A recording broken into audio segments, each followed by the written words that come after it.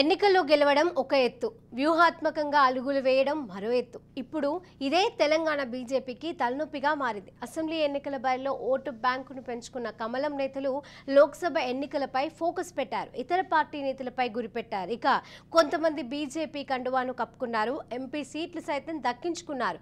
ఇక ఇదే ఆ పార్టీకి కలవరపాటుకు గురిచేస్తోంది. సీటు ఆశించి భంగపడ్డ rebels గుబుల్స్ తెప్పిస్తున్నారు.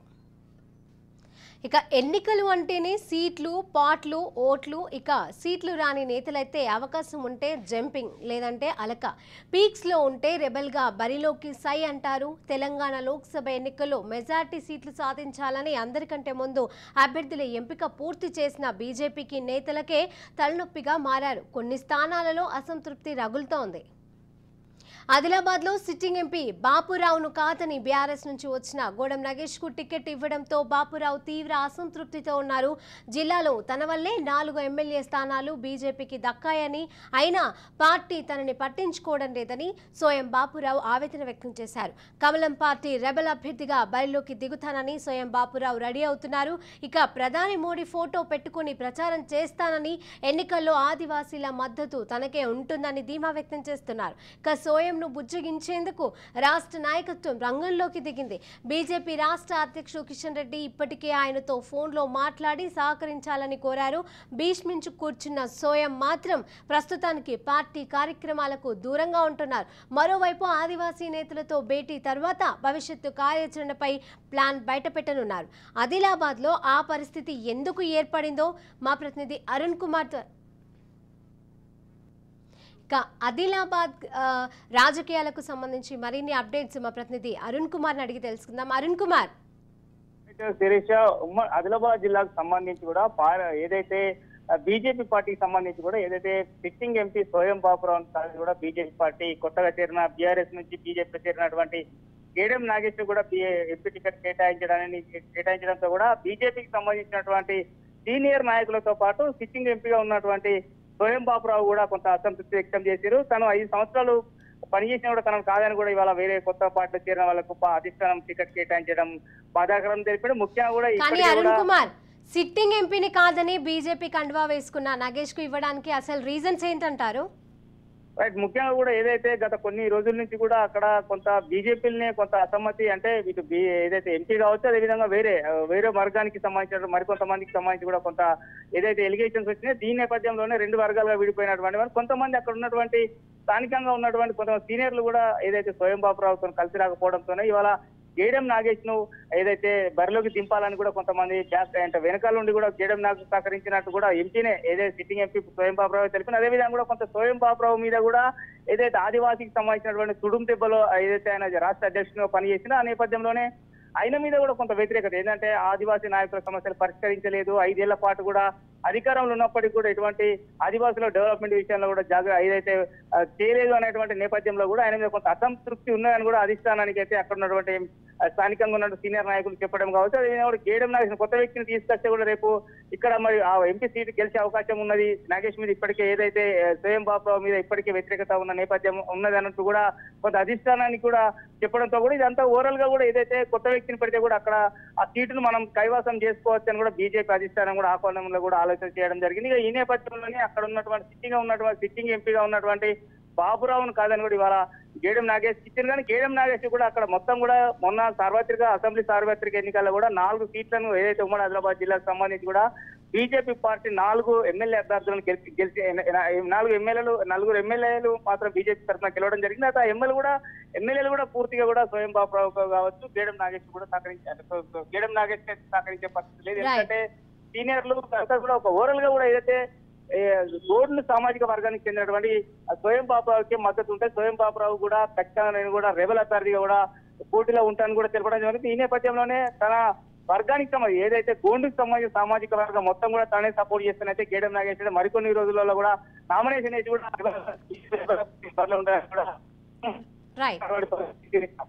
Right, thank you Arun Kumar. Warangal లోక్సభలో ఈ నియోజకవర్గంలోనూ బీజేపీకి రెబల్ పోటు తప్పలేదు. ఇక బీఆర్ఎస్ నుంచి కమలం కండువా కప్పుకున్న ఆరూరి రమేష్కి టికెట్ ఇవ్వడాన్ని స్థానిక నేతలు వ్యతిరేకిస్తున్నారు. ఇతర పార్టీ వ్యక్తిని తీసుకొచ్చేంత అవసరం ఏంటంటూ పార్టీని నిలదీస్తున్నారు. ఎంపీ సీటుపై ఆశలు పెట్టుకున్న యువనేత చీటూరి అశోక్గా గరంగా ఉన్నారు. ఇక రెబల్ అభ్యర్థిగా బరిలో ఉంటా అంటూ తేల్చి చెప్పారు. బీజేపీ నేతలెవరికి ఇవ్వకుండా ఆరూరికి టికెట్ కన్ఫర్మ్ చేయడంతో రెబల్గా నిలబడి సత్తా చాటేందుకు అశోక్ రెడీ అవుతున్నారట. ఇక గుర్రుగా ఉన్న బీజేపీ లీడర్లను కలుపుకొని ఎన్నికలకు వెళ్లడమే ఇప్పుడు ఆరూరికి ముందున్న సవాల్. ఇక రాష్ట్ర నాయకత్వం రంగంలోకి దిగి అసమ్మతిని చల్లారిస్తే గానీ పరిస్థితి దారిలోకి వచ్చేలా లేదు.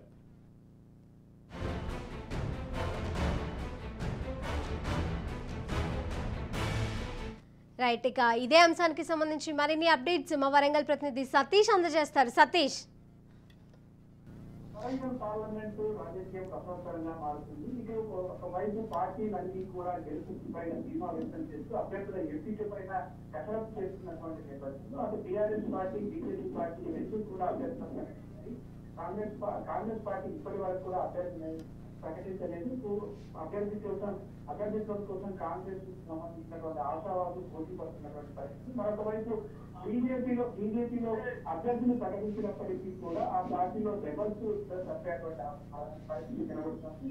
ఆరూరి రమేష్ టీఆర్ఎస్ పార్టీని ఎమ్మెల్యేగా వరంగల్ జిల్లా టీఆర్ఎస్ పార్టీ అధ్యక్షుడిగా పనిచేసినటువంటి ఆరూరి రమేష్ టీఆర్ఎస్ పార్టీకి రాజీనామా చేసి బీజేపీ పార్టీలో చేరిన వెంటనే ఇటు వరంగల్ పార్లమెంట్ నియోజకవర్గ స్థానానికి అభ్యర్థిగా ప్రకటించడం, బీజేపీ అభ్యర్థిగా ప్రకటించడం పట్ల అనేక మంది బీజేపీ సీనియర్ నేతలు, యువ నేతలంతా కూడా ఆగ్రహం వ్యక్తం చేసినటువంటి పరిస్థితి. ఒకవైపు సీనియర్ నేతలంతా కూడా ఇప్పటికే ఆరూరి రమేష్ కు వ్యతిరేకంగా అధిష్టానాన్ని కలిసి తమ వినతి పత్రాన్ని అందజేశారు.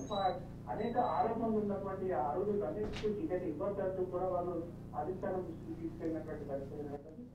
అలాగే సతీష్, బీజేపీకి ఓటు బ్యాంక్ పెరగడమే కాకుండా ఇప్పుడు రెబల్ అభ్యర్థిగా పోటీ చేస్తానని చీటూరు అశోక్ తేల్చి చెప్పడాన్ని మరి ఏ విధంగా చూడొచ్చు అంటారు?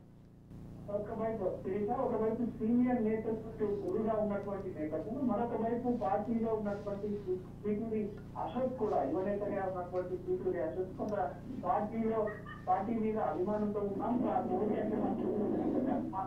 అభిమానం ఉన్నప్పటికీ కూడా ఉన్నటువంటి నేతలు పార్లమెంట్ అభ్యర్థిగా ఎలా ప్రకటిస్తారంటూ అసహనాన్ని వ్యక్తం చేస్తా ఉన్నారు. రెబల్ గా పోటీ చేసేందుకు బీజేపీ రెబల్ అభ్యర్థిగా పోటీ చేసేందుకు కోసం కూడా ఆయన సన్నాహాలను ఏర్పాటు చేస్తున్నటువంటి పరిస్థితి ఉంది. మొత్తానికి ఆయన అనుచరులతోటి, ఆయన అభిమానులతో కలిసి ఆయన నిత్యం సమావేశం నిర్వహించుకుంటూనే పార్టీ నుంచి రెబల్ అభ్యర్థిగా పోటీ చేసేందుకు కోసం ప్రయత్నాలు అయితే సాగిస్తా ఉన్నారు. అటు ఇదంతా కూడా అరుణ్ రమేష్ మారేటువంటి అవకాశం పోటీకి సిద్ధం ఉంటున్నటువంటి నేపథ్యంలో అరుణ్ రమేష్ సవాల్గా మారేటువంటి అవకాశం అయితే ఉంది. ఇంకా అందరినీ సమన్వయ పరుచుకోవడం సాగితేనే పెరిగినటువంటి బీజేపీ గ్రాఫ్ ఓటుగా మారేటువంటి అవకాశం ఉంటుంది. Right, thank you Satish.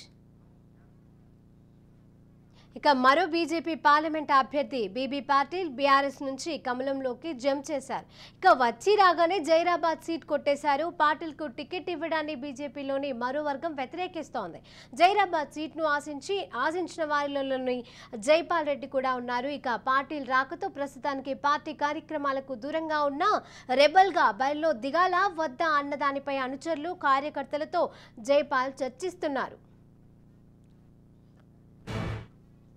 ఇక మరో సీట్ మెదక్. ఇక్కడ బీజేపీకి అసమ్మతి తప్పలేదు. వాస్తవానికి మెదక్ టికెట్ ఆశించిన నేతల్లో అంజిరెడ్డి ఒకరు. అందుకు కారణం లేకపోలేదు.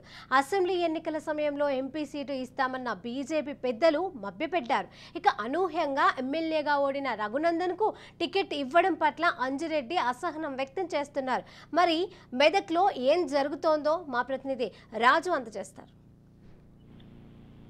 ఉమ్మడి మెదక్ జిల్లాకు సంబంధించి రెండు పార్లమెంటు స్థానాల్లో కూడా బీజేపీ అభ్యర్థుల అసమ్మతి నేతల తెగ ఎక్కువైందని చెప్పుకోవచ్చు. ముఖ్యంగా మెదక్ సంబంధించి మెదక్ పార్లమెంటు నియోజకవర్గంలో గోదావరి అంజిరెడ్డి ఆ స్థానాన్ని, ఆ టికెట్ ఆశించారు. అదేవిధంగా రఘునందన్ రావు గతంలో పోటీ చేశారు కాబట్టి ఆయన కూడా ఆశించింది. అయితే సీనియర్లు మరికొంతమంది కూడా ఈ టికెట్ ఆశించారు. అయితే అనూహ్యంగా రఘునందన్ రావుకు టికెట్ ఇవ్వడంతో గోదావరి రెడ్డి కొంత విముఖత వ్యక్తం చేస్తూ అసమ్మతిగా ఉన్నటువంటి పరిస్థితి కనిపిస్తా ఉన్నది.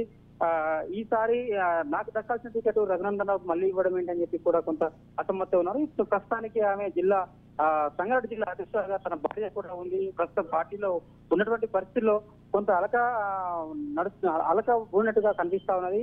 అయితే రాబోయే రోజుల్లో వచ్చే ఎలక్షన్లకు సంబంధించినటువంటి వ్యవహారంలో ఏ విధంగా ఉండబోతుందని చెప్పేసి మనము ముఖ్యంగా అంచనా వేయలేకపోతాం. ఏదైతే టికెట్ మరి బీజేపీ పార్టీ బీజేపీ పార్టీ పెద్దలైతే కూడా ఇప్పటికీ బుజ్జగింపు అయితే చేస్తా ఉన్నారు. వాళ్ళను సయోధ్య కుదిర్చే పనిలో ఉన్నారు. కానీ వాళ్ళైతే సత్యమీర అంటున్నటువంటి పరిస్థితి కనిపిస్తుంది. అదేవిధంగా జహీరాబాద్ సంబంధించి జహీరాబాద్ సిట్టింగ్ ఎంపీ బీబీ పార్టీలో అనూహ్యంగా బీజేపీ పార్టీలో చేరడం, తర్వాత టికెట్ దక్కించుకోవడము, ప్రస్తుతానికి ప్రచారంలో ఉండడం. అయితే అక్కడ నుంచి గతంలో ఆలే నరేంద్ర కొడుకు ఆలే భాస్కర్ పోటీ చేసినటువంటి పరిస్థితి, అదేవిధంగా తను పనిచేసిన పార్లమెంట్ పరిధిలో పనిచేసిన పరిస్థితి కూడా కనిపించింది.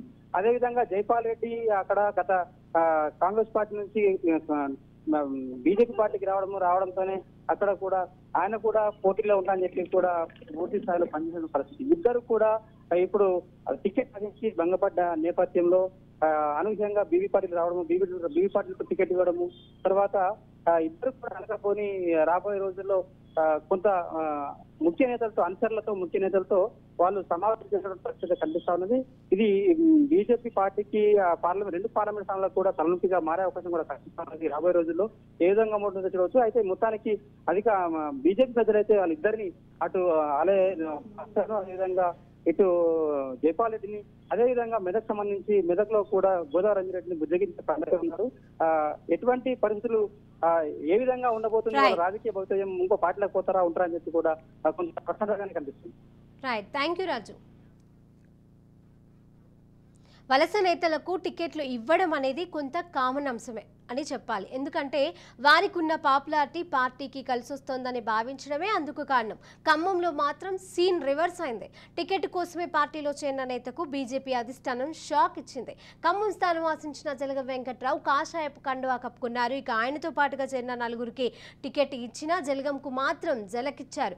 ఖమ్మం సీటును తాండ్రా వినోద్ రావుకు ఇవ్వడంతోనే ఏం చేయాలో దిక్కుచోతని స్థితిలో జలగం ఉన్నారు. ఇక ఇదే అంశానికి సంబంధించి తాజా అప్డేట్స్ ఖమ్మం ప్రతినిధి ఉపేందర్ అర్థం చేస్తారు. ఉపేందర్, బీజేపీ పార్టీ అయితే ప్రత్యేకంగా పావులు జరుగుతున్న పరిస్థితి కనిపిస్తుంది.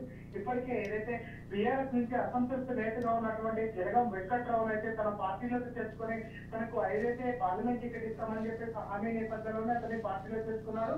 అయితే రాజకీయ పరిణామాల నేపథ్యంలో ఈ టికెట్ మాత్రం ఏదైతే పార్టీలో ఉన్నటువంటి అంటే బీజేపీ పార్టీలో మొదటి నుంచి ఉన్నటువంటి ఆర్ఎస్ఎస్ వ్యక్తి తాండ్రా వినోద్ రావు కేటాయించడంతో అయితే ఇప్పుడు జలగం వెంకట్రావు కొంత విమయాల పడిన పరిస్థితి కనిపిస్తుంది. తర్వాత జిల్లా వ్యాప్తంగా కూడా ప్రత్యేకంగా క్యాడర్ ఉన్నప్పటికీ తనను మాత్రం కాదని చెప్పేసి అటు వినోద్ రావుకి టికెట్ కేటాయించడంపై అయితే ఆయన అసంతృప్తి వ్యక్తం చేస్తున్న పరిస్థితి కనిపిస్తుంది. కానీ ఇప్పటికే జిల్లా వ్యాప్తంగా ఉన్నటువంటి తన అనుచరుల గణంతో కూడా తను బీజేపీ పార్టీలో చేయాలని చెప్పేసి చెప్తున్న నేపథ్యంలోనే తనకు టికెట్ ఇవ్వకపోవడంపై అయితే తనైతే తీవ్రంగా అసహనం వ్యక్తం చేస్తున్న పరిస్థితి జిల్లాలో కనిపిస్తుంది. ఇక రాష్ట్ర వ్యాప్తంగా ఉన్నటువంటి అన్ని పార్టీలకు సంబంధించినటువంటి ఆపరేషన్ ఆకర్ష్ లో భాగంగా తన పార్టీలో చేసుకున్నారని చెప్పేసి ఇప్పటికే అతను చెప్తున్నారు. అయితే ఆ నేపథ్యంలోనే తనకు టికెట్ ఇస్తామని చెప్పేసి ఇస్తామని చెప్పేసి చెప్తున్న నేపథ్యంలో తన పార్టీలో చేరినట్లయితే అటు వెంకట్రావు చెప్తున్నారు. జిల్లా వ్యాప్తంగా ఉన్నటువంటి అయితే మాజీ ముఖ్యమంత్రి కొడుకు నేపథ్యంలోనే ఇక్కడ బీజేపీ పార్టీ తన ప్రాబల్యాన్ని కొనసాగించుకుని చేస్తే అదే జలగం వెంకట్రావు అయితే తెచ్చుకున్నది.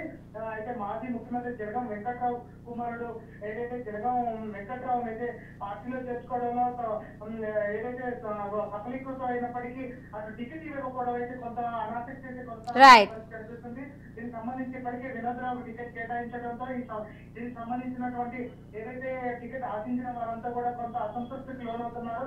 జిల్లా అధ్యక్షులు కావచ్చు, జిల్లా అధ్యక్షులు అదేవిధంగా కిసాన్ మోర్చా రాష్ట్ర అధ్యక్షులుగా ఉన్నటువంటి ఏదైతే కొండపల్లి శ్రీధర్ రెడ్డి కూడా టికెట్ అయితే ఆశించిన పరిస్థితుల్లో ఇప్పుడు అసలు వాళ్ళందరికీ కాకుండా టికెట్ ఇవ్వడం అయితే కొంత నిరాశక్తి అయితే కనిపిస్తుంది. జిల్లా వ్యాప్తంగా కూడా కొంత బీజేపీ శ్రేణులు అయితే అయితే వెనకాల వేస్తున్న పరిస్థితి జిల్లాలో కనిపిస్తుంది గిరిజ.